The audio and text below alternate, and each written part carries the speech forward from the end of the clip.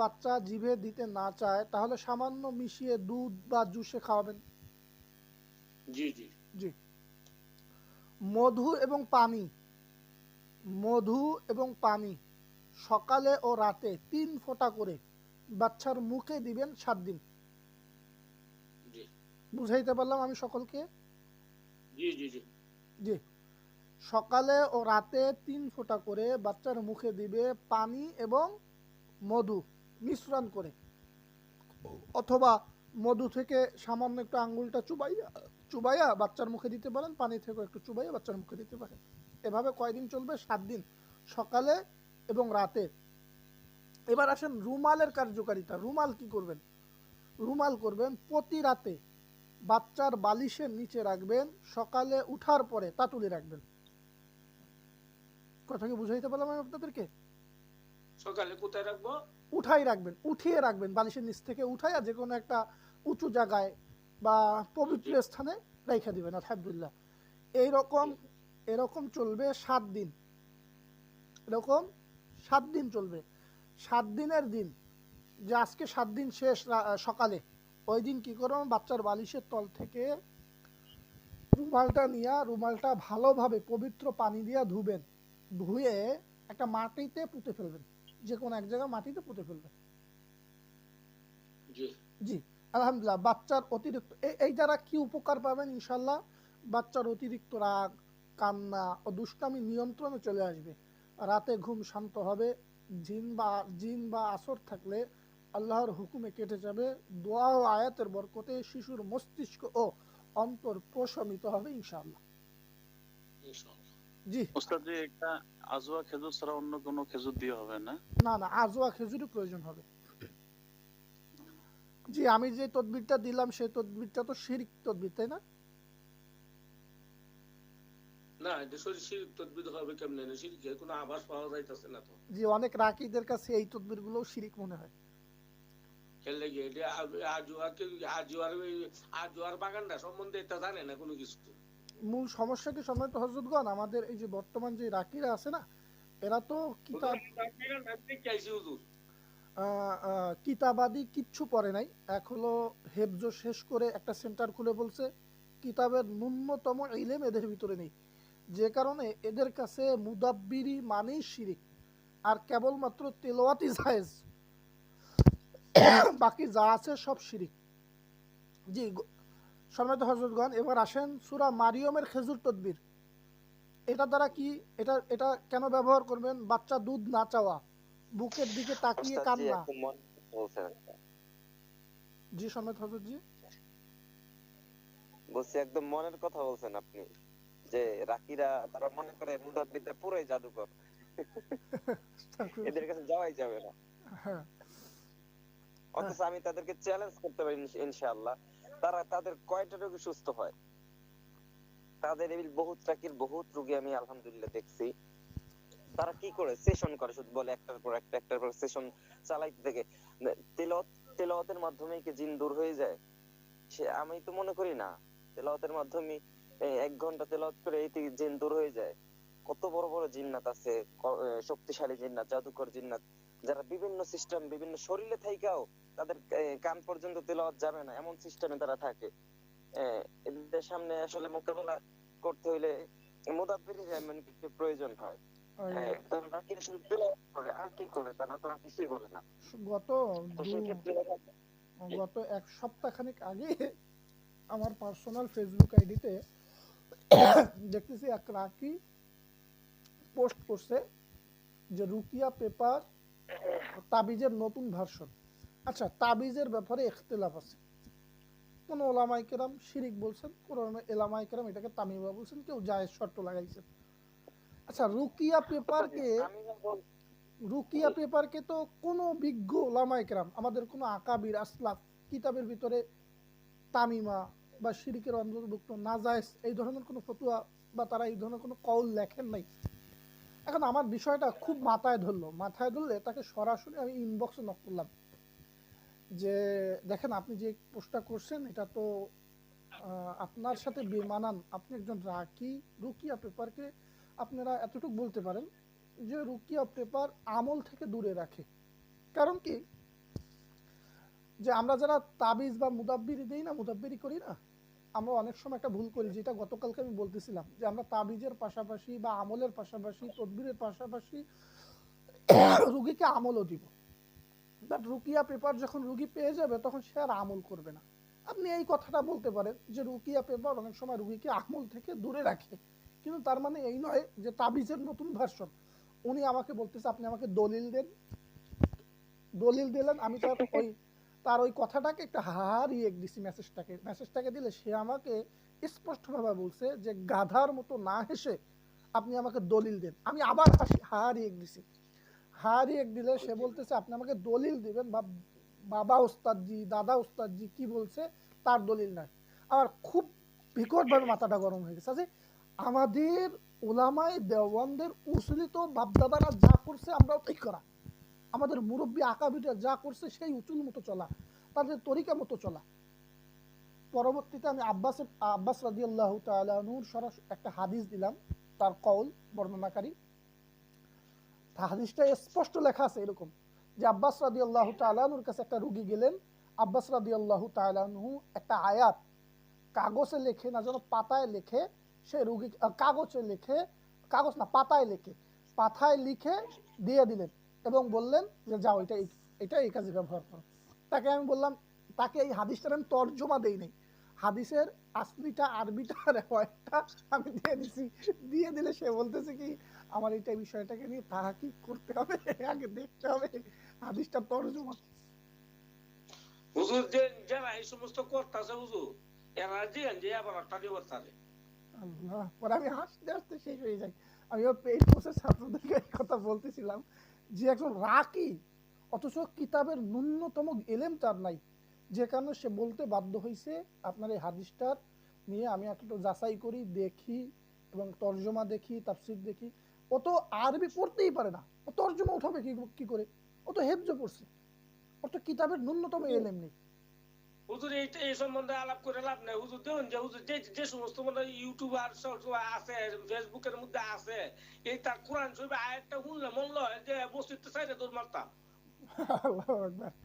যে সময় তো হযরত সূরা মারিয়মের খেজুর তদবীর, বাচ্চা দুধ না চাওয়া, বুকের দিকে তাকিয়ে কান্না বা দুধ মুখে দিলেই থুতু ফেলে দেয়া। আপনাদের কাছে যারা মুদাব্বির আছেন আপনাদের কাছে এই সমস্যাগুলো আসবে, বিশেষ করে নবজাতক শিশু যারা দু একদিন জন্মগ্রহণ করছে বা এক সপ্তাহ খানিক যাওয়ার পরে বাবার দুধ নিতে চায় বা বুকের মা দুধ নিতে চায় না, তাদের ক্ষেত্রে এই তদবিরটা অ্যাপ্লাই করতে পারেন। সেটা কি করবেন?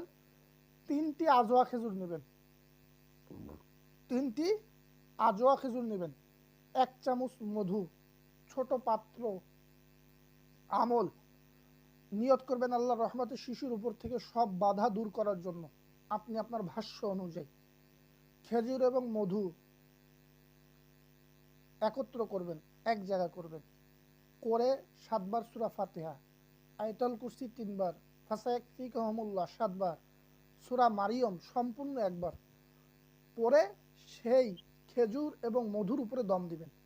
একটা জিনিস খেয়াল রাখবেন, সূরা ফাতিহা একবার পড়বেন, একটা দম দিবেন, এভাবে 7 বার, আয়াতুল কুরসি একবার দম, এভাবে 3 বার, ফাসায়াকফিকুহুমুল্লাহ 7 বার 7টা দম, সূরা মারিয়ম একবার একটা দম। আলহামদুলিল্লাহ। এরপরে কি করবেন? খেজুর ও মধু চটকে মিশিয়ে মায়ের আঙ্গুলে লাগিয়ে বাচ্চার জিভে দিতে বলবেন। আপনি তো আলহামদুলিল্লাহ তৈরি করে দিবেন না, আপনি পরে দিবেন। রোগীর মা বা বাবা ফ্যামিলির যারা আছে তারা ওইটাকে চটকাবে, বিশেষ করে মা চটকাবে। মা চটকাইয়া বাচ্চার জিভে দিনে 2 বার করে দিবে, বাস। আলহামদুলিল্লাহ 7 দিন পর খেজুর বন্ধ করে দেবে, শুধু মধু চালাবে।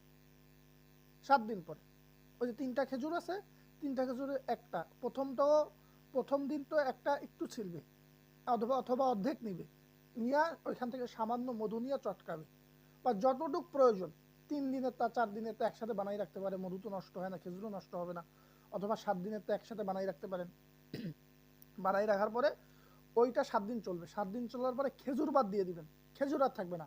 ওই যে আপনার মধু নিছেন না, মধুও তো পড়বেন, মধুটা 7 দিন পরে আলহামদুলিল্লাহ আপনি বাকি 7 দিন চালাইতে পারেন, বা একটু একটু একটু একটু করে বাচ্চার জিভে লাগাই দিতে পারেন। আলহামদুলিল্লাহ এভাবে চললে বাচ্চার বুকে যদি দুধ না নেয় মায়ের, আলহামদুলিল্লাহ সমস্যার সমাধান হয়ে যাবে। এবার আসেন, এই তদবিরের পরেও যদি দেখেন যে বাচ্চা দুধ নেয় না, তাহলে কি করবেন? এবার আসেন,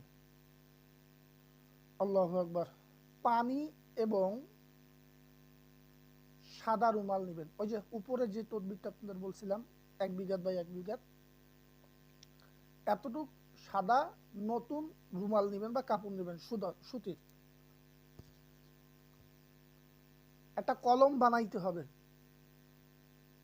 মধু, জাফরং এবং গোলাপ জল এই পানি মিশ্রিত একটা কালি বানাবেন।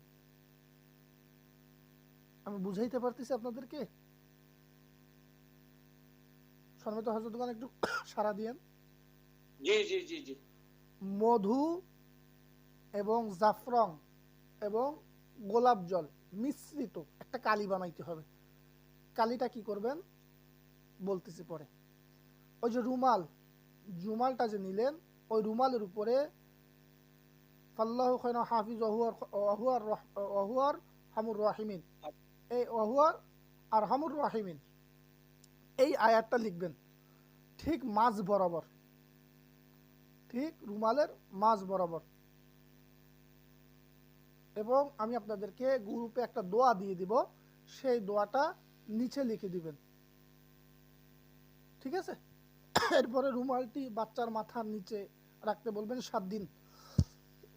রুমালের পাশাপাশি কাচের পানির বাটিতে অথবা যে কোনো পেয়ালা আপনারা নেবেন, 1 বোতল নিতে পারেন, একটা বোতলও নিতে পারেন, অথবা ছোট বাটি 3 বার ইয়া রাজ্জাকু, ইয়া হাফিজু, ইয়া নূরু, এই 3টা এসএম, এই 3টা এসএম 70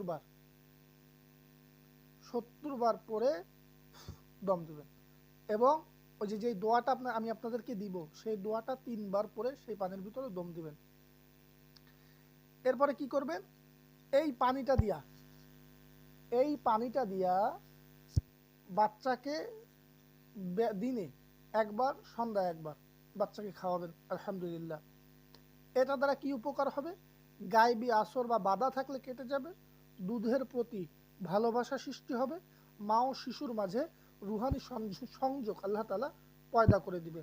বা রুহানি সংযোগ হইতে জিন এবং জাদুর দ্বারা বা আশিক জিনের দ্বারা যদি কোনো সমস্যা থাকে, সেই সমস্যাকে আল্লাহ তাআলা দূর করে দিবে।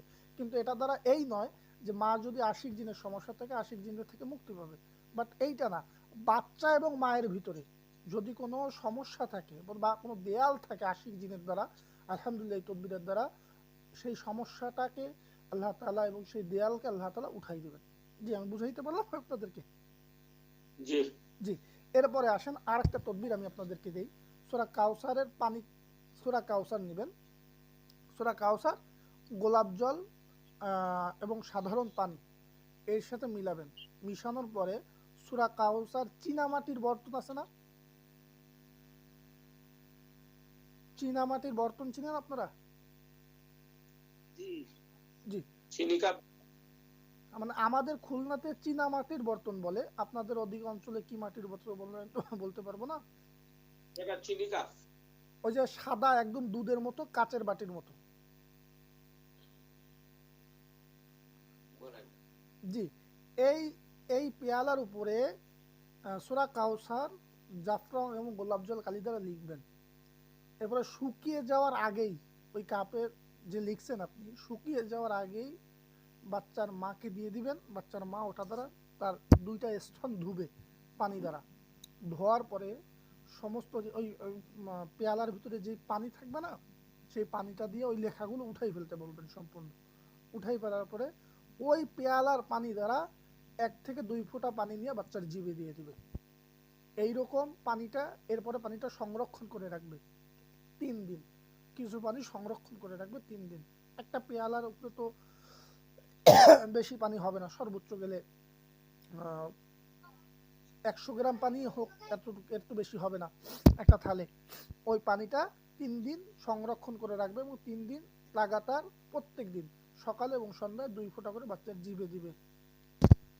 এই যে 3টা তদবির আমি আপনাদেরকে দিলাম, এই 3টা তদবির আলহামদুলিল্লাহ একসাথে আপনারা সবগুলো প্রয়োগ করতে পারেন অথবা একটাও দিতে পারেন। আলহামদুলিল্লাহ একটা দিলে অনেক সময় দেখা যায় যে সমস্যার সমাধান হয়ে যায়। যেমন আমার ছাত্র